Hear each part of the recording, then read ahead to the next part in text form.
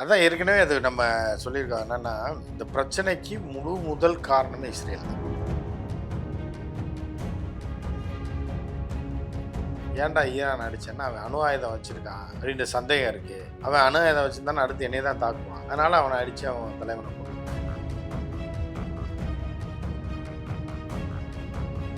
So அதனால அந்த Israel தான் இது எல்லாத்துக்கும் மூல காரணம். இஸ்ரேல்ல நெதன்யாகு அழிக்கப்பட்டால் மட்டும்தான் இந்த பிரச்சனை தீர்வுன்னு இன்னைக்கும் அதுதான் நான் சொல்றேன். நெதன்யாகு எவ்வளோ நாள் அதிகாரத்தில் இருக்கானோ அன்னைக்கு வரை இந்த பிரச்சனை தொடரும்.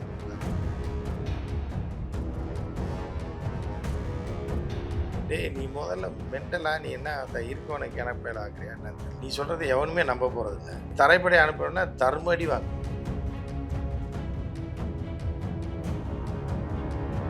அதனால ஏதோ உலக நாடுகள்லாம் நல்லது நடக்குது. நீ பார்த்தீங்கன்னா ரஷ்யாவோ சைனாவோ யாருமே வாங்கி தரது. ஜெர்மன், பிரான்ஸ், ஜப்பான் யாருமே இந்த ட்ரம்ப்போட கோமாளித்தனத்துக்கு வரவேற்கிறோம் எவனா சொல்லியிருக்கேன்.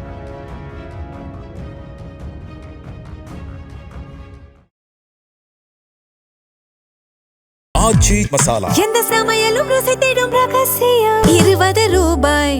சிடாசிஸ் தமிழர் 4.0 அணிகளாய் திரள்வோம், அமைப்பாய் உயர்வோம். ஜூலை 24-25 ஹில்டன், சென்னை. உலக தமிழர்களுக்கு வணக்கம். இது கிங் டிவி. இன்றைய நிகழ்வு நம்மோடு மூத்த பத்திரிகையாளர் திரு உமாபதி அவர்கள் இணைகிறார்கள். சார் வணக்கம். சார் வணக்கம். போன நேர்காணல் நம்ம பேசுகிற பொழுது அமெரிக்கா ஈரான் இடையே இருக்கக்கூடிய ஒப்பந்தம், அமைதி ஒப்பந்தமோ அல்லது புரிந்துணர்வு ஒப்பந்தமோ எதுவுமே கையெழுத்து ஆகணும், நடக்கணும் அப்படின்னா அது அமெரிக்கா கையில இல்ல, இஸ்ரேல் கையில இருக்கு, நெதன்யாகு கையில இருக்கு அப்படின்றத நீங்க சொல்லி முடிச்சிருந்தீங்கன்னா நம்ம அதுல இருந்து ஆரம்பிக்கலாம். எதனால அப்படி சொன்னீங்க, என்ன நடக்கணும்? அதான் ஏற்கனவே அது நம்ம சொல்லியிருக்கோம். என்னன்னா, இந்த பிரச்சனைக்கு முதல் காரணமே இஸ்ரேல் தான். மூல காரணமே இஸ்ரேல். இப்போ நீங்க இருக்கீங்க, ரோட்ல போயிட்டே இருக்கீங்க, ஏத்தாப்புல ஒரு பையன் வரான், டப்புன்னு சப்புன்னு அரைஞ்சிடுறீங்க. உடனே பக்கத்துல இருக்கலாம் ஷாக் ஆகி வந்து, தம்பி ஏன் அவனை அடிச்சு? இல்லைங்க அவன் என்னை அடிச்சிருவான் அப்படின்றதுக்காக நான் அவனை அடித்தேன். முன்னெச்சரிக்கையா பயங்கரமான ஆள் என்னை நோக்கி வந்துட்டு இருக்கான். நடந்து வந்துட்டு இருக்கும்போது திடீர்னு என்னை தாக்கிட்டான்னா, ஜிம்முக்கெல்லாம் போகிறான் அவன், அதனால் அவனை முன்னாடியே அடித்து மூஞ்சி மாதிரி பேத்து விட்டேன்னா எப்படி இருக்கும்? லாஜிக்கே இல்லை. இதான் இஸ்ரேல் ஏன்டா ஈரான் அடிச்சேன்னா, அவன் அணு ஆயுதம் வச்சிருக்கான் அப்படின்ற சந்தேகம் இருக்கு. அவன் அணு ஆயுதம் வச்சிருந்தானா அடுத்து என்னைய தான் தாக்குவான். அதனால் அவனை அடித்து அவன் தலைவனை கொண்டு விட்டேன். லோக்கலில் நீங்கள் அடிச்சிங்கனாலே ஜேர்னிக்க முடியல, 4 பேர் சேர்ந்து உங்களை அங்கேயே வந்து நைய புடைச்சிடுவாங்க, கொடுத்து மாமியார் வீட்டுக்கு அனுப்பிடுறதுக்கு வாய்ப்பு இருக்கு. ஆனால் இஸ்ரேல் வந்து என்ன பண்ணிட்டான்னா, திடீர்னு ராக்கெட் அடித்து கம்பெனியை கொண்டு விட்டான். ஏன்டா கொன்ன அப்படின்னா, இல்லை யுரேனியம் வச்சிருக்காரு, கொஞ்சம் கொடுக்க சொல்லுங்க, பார்த்துட்டு கொடுத்துட்றோம். ஸோ அதனால அந்த இஸ்ரேல் தான் இது எல்லாத்துக்கும் மூல காரணம். இஸ்ரேலில் நெதன்யாகு அழிக்கப்பட்டால் மட்டும்தான் இந்த பிரச்சனை தீர்வுன்னு இன்னைக்கும் அதுதான் நான் சொல்லுவேன். நெதன்யாகு எவ்வளோ நாள் அதிகாரத்தில் இருக்கானோ அன்னைக்கு வரைக்கும் இந்த பிரச்சனை தொடர்ந்துட்டு தான் இருக்கும். நெதன்யாகு அரசியல் அதிகாரத்தை விட்டு எப்போ போகிறானோ அப்போ இந்த பிரச்சனை சப்புன்னு ஒரே நாளில் தீர்ந்துடும். பொலிட்டிக்கல் பவர்ன்றது அங்கே. அதனால் இப்போ அமெரிக்கா ஒப்பந்தம் போட்டால் கூட நான் அதுக்கு கட்டுப்பட மாட்டேன். இஸ்ரேலுடைய இராணுவ நடவடிக்கை, இஸ்ரேலுடைய அரசியல், இஸ்ரேலுடைய இந்த ரீஜனில் இருக்கக்கூடிய பிரச்சனையை வந்து அதை நாங்கள் தனியாக டீல் பண்ணுவோம், நாங்கள் யாருக்கும் கட்டுப்பட மாட்டோம், எங்களுக்கு பிரச்சனைன்னு வந்தால் நாங்கள் எவனை வேணாலும் அடிப்போம், இந்த ஒப்பந்தத்துக்கு நாங்கள் கட்டுப்பட மாட்டோம்னு யார் சொல்லியிருக்காங்க? நெதன்யாகு நேற்று சொல்லியிருக்கான். ஈரான் என்ன இப்போ அமெரிக்கா என்ன பண்ணால் அவனா ஒரு பத்திரத்தில் எழுதி கையெழுத்து போட்டு, இந்த இதுக்கெல்லாம் ஆதார் கார்டுக்கெல்லாம் பண்ணுவாங்க இல்லை, இவங்களே போய் 10 ரூபா பத்திரத்தை வாங்கி டைப் பண்ணி ஓனர் பேருக்குள்ள ஒரு கையெழுத்து, இவன் பேரில் ஒரு கையெழுத்து போட்டு இந்த வீட்டில் குடியிருக்கான்னு போட்டு விட்ருவாங்க. ஆமாம். அந்த மாதிரி அமெரிக்காவில் ட்ரம்ப் 4 பேரை கூப்பிட்டு ஒரு ஒப்பந்தம் ரெடி பண்ணுங்கடா, ஈரான் ஒத்துக்கிட்டுச்சுன்னு சொல்லி அவங்களா ஒரு பத்திரத்தை டைப் பண்ணி எல்லா அதிகாரியும் கூப்பிட்டு நேற்று ஒரு ப்ரெஸ் மீட் வச்சிட்டோம், விரைவில் கையெழுத்து போடுறோம், அது எங்கே வச்சு நாங்கள் கையெழுத்து போடுவோம், எங்கே சந்திப்போம்லாம் எங்களுக்கு தெரியாது அப்படி இப்படின்னு எல்லாம் சொல்லிட்டு இந்த ஒப்பந்தம் ரெடியாக இருக்குது. ரொம்ப அருமையான ஒப்பந்தம் அது.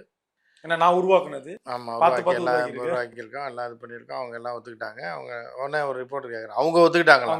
நிச்சயமா இது நல்ல ஒப்பந்தம், அவங்க நிச்சயமாக ஒத்துக்குவாங்க. பாருங்க, ஷேர்லாம் ஏற ஆரம்பிச்சிடுச்சு, பங்கு சந்தை ஏறுது, வெயில் அடிக்குது, காத்தடிக்குது, மழை, கச்சா எண்ணெய் விலை குறைய ஆரம்பிச்சிடுச்சு அப்படின்ட்டு கதையை விட்டு ஒரு ப்ரெஸ் மீட்டை வச்சு முடிச்சிட்டாங்க நேற்று ஆட்டையை.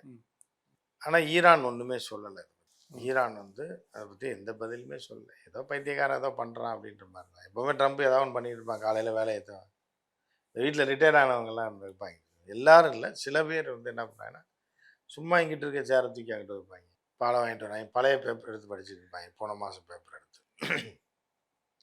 இல்லைன்னா பேரம் பேத்தி எதையாவது சொல்லியிருப்பேன். அங்கே போகாத, இங்கே வா, அங்கே வா, சிரிக்காத, நிற்காத அப்படின்னு ஏதாவது ஒன்று பண்ணிட்டு. அது வழக்கமாக அந்த வீட்டில் இருக்கவங்களுக்கு தெரியும்.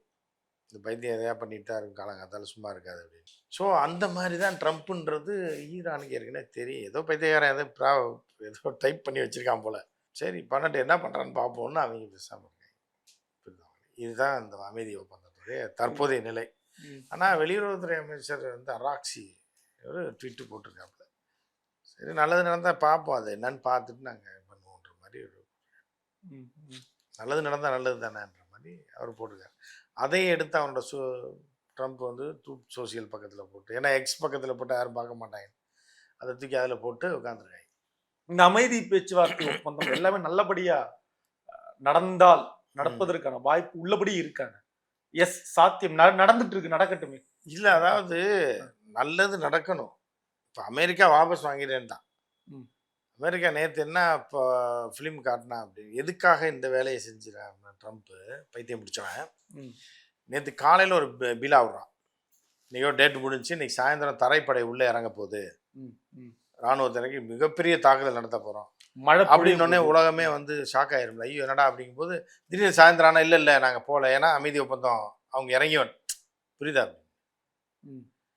காலையில் சொல்ல வேண்டியது, அவனை அடிக்க போகிறேன், செத்தான் அவன், சாயந்தரம் மூஞ்சி மாதிரி உடச்சவனை காலி பண்ணாம விட மாட்டேன் அப்படின்னு எல்லாம் பதட்டமாயிருவேன். இல்லை அப்போதானே அவன் இறங்கி வந்தான்னு.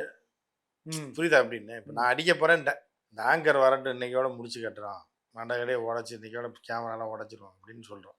அப்போ எல்லோரும் 4 பேர் வேடிக்கை பார்ப்பாங்க. இல்லை சாயந்தரம் எப்படி வருவாங்க, அடிக்க போகிறான். ஒரு கலவரம் அரை மணி நேரத்துக்கு முன்னாடி வந்து டப்புன்னு, இல்லை அந்த தம்பி நல்ல தம்பி அடிக்கலை, ஏன்னா இறங்கி வந்துட்டார் அப்படின்னா தானே நம்புவான்.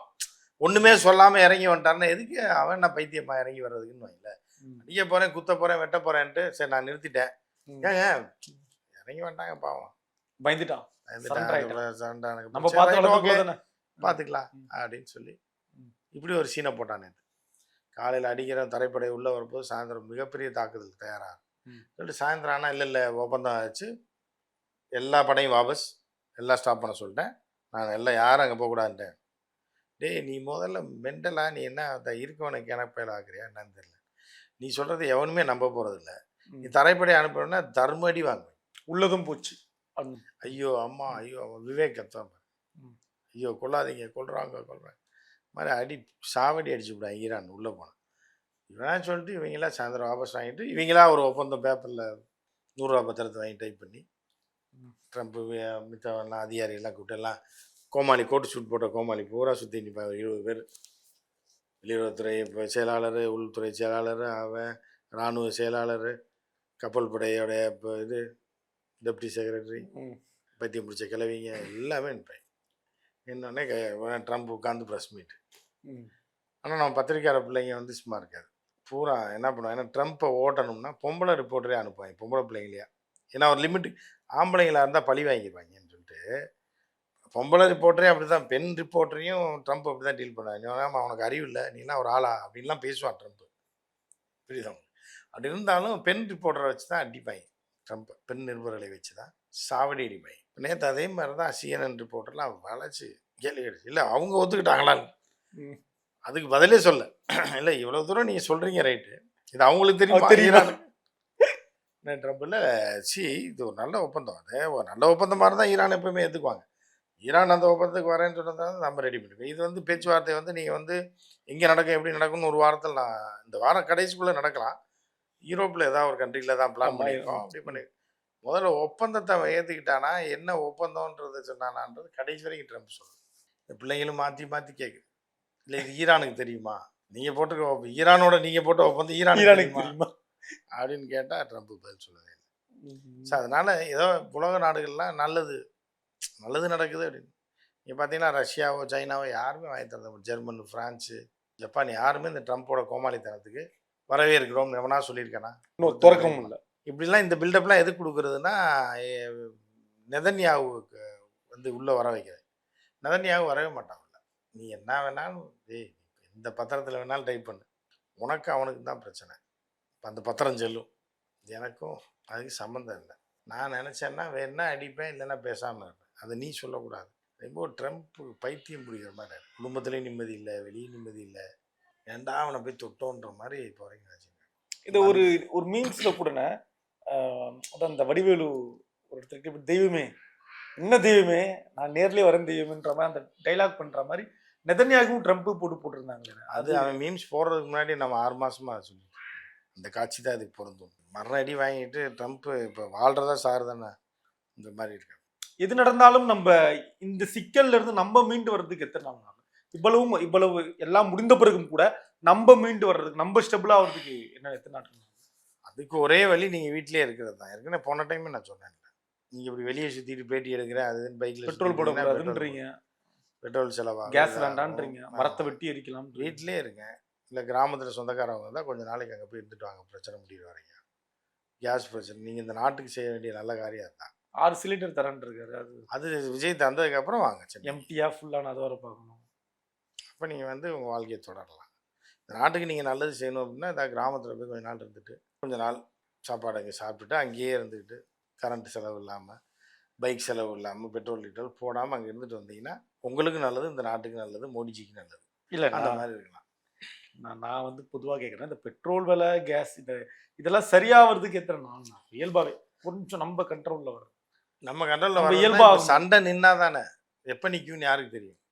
இல்லை அது நடந்தாலும் கூட நம்ம மீண்டு வர்றதுக்கு அவங்க சொல்றாங்க அதெல்லாம் ஒன்றுமே கிடையாது. உள்கட்டமைப்பெல்லாம் சரி பண்ணி அதெல்லாம் அது வேற, அது பாலம் உடஞ்சி கிடக்கு, அதுக்கு சம்மந்தம் கிடையாது. நிமிஷம் திறந்து விட்டானா அடுத்த நிமிஷம் கப்பல் கிளம்பிடும். ஒரு வாரம் டிலே ஆகும், கொஞ்சம் முன்ன பின்னர். அந்த பயண தூரம் மட்டும் ஒரு வாரம், 10 நாள், 15 நாள், அவ்வளோதான். ஒரு மாதம் அதிகபட்சம் 20 நாள், அவ்வளோதான். அதுக்கப்புறம் ஒன்றாங்க, எல்லாம் நார்மல் ஆகிடும். நன்றி. ஆச்சி மசாலா, எந்த சமையலும் ருசி தேடும் ரகசியம். 20 ரூபாய். சிட்டாசிஸ் தமிழர் 4.0 அணிகளாய் திரள்வோம், அமைப்பாய் உயர்வோம். ஜூலை 24-25 ஹில்டன், சென்னை.